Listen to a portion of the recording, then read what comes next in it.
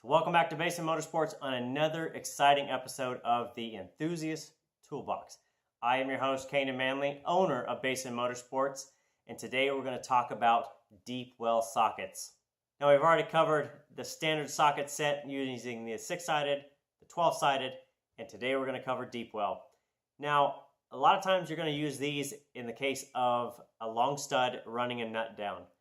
You can use a wrench, but a lot of times you just can't get in there with the wrench, so you need a deep well socket to be able to cover the length of the stud to run that nut down. Now the beauty of these things, they can be used in any time you need a socket period, so whether it's a 12-point or 6-point, as long as it's at the right side, you can use this in place of a standard socket. So these things are multifaceted tools.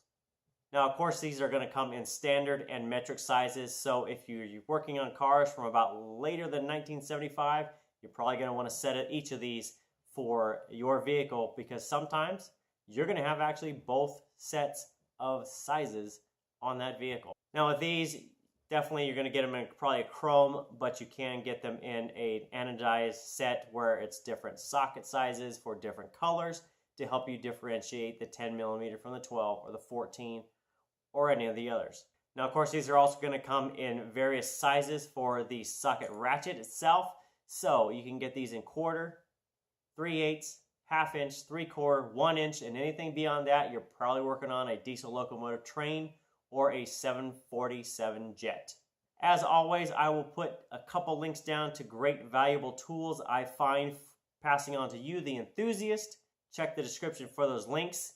And if they're not there, always check the Amazon store to see what else I'm using here in the Basin Motorsports garage. That's it for this time on the Enthusiast Toolbox. Thanks for watching. Thanks for subscribing. And go out and get yourself new tools. You deserve it.